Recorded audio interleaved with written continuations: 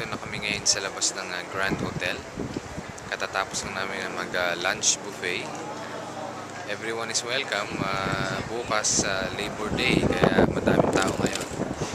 Nandito pa rin kami sa Mackinac Island, no? Sa napakalaking Grand Hotel. Dito sinuting yung Somewhere in Time. Yan. Dito lang kami, picture-picture. Magandang araw. Kahapon medyo bumabagyo. Ngayon sumikat na yung araw. Okay, at iikot ko lang yung camera. Ayan, dahan-dahan lang.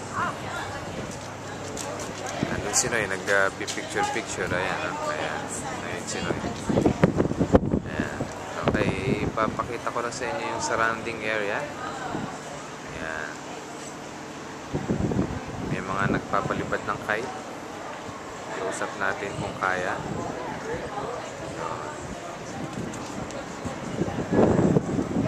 At magandang view, island, ano?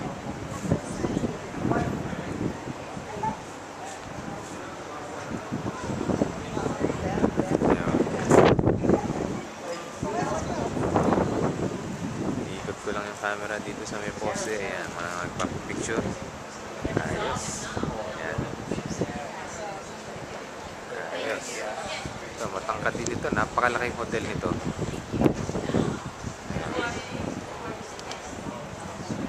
Kung mapapanood natin ulit yung pelikulang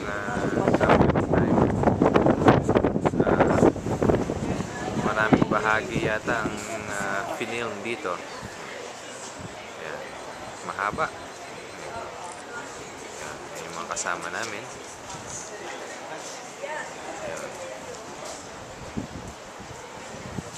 Maganda ang araw ngayon, sumikat ang araw kahit na medyo 50 degrees, medyo malamig.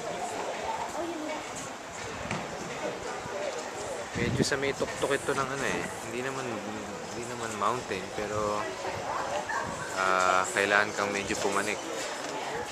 Dito nga pala bawal ang kotse, puro kalesa lang tsaka bisikleta. Ayan. Example. Ayan, no? Yun.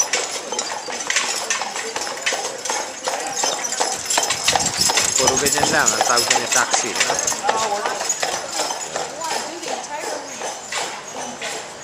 Okay, at pamaya may pupunta kami sa ibang bahagi naman ng Grand Hotel. May bayad din, basta hindi ka pwedeng pumunta dito, mayroong entrance fee, no? Kasi marami kasi tumatambay, no? Kaya dito lang. Okay, till next time.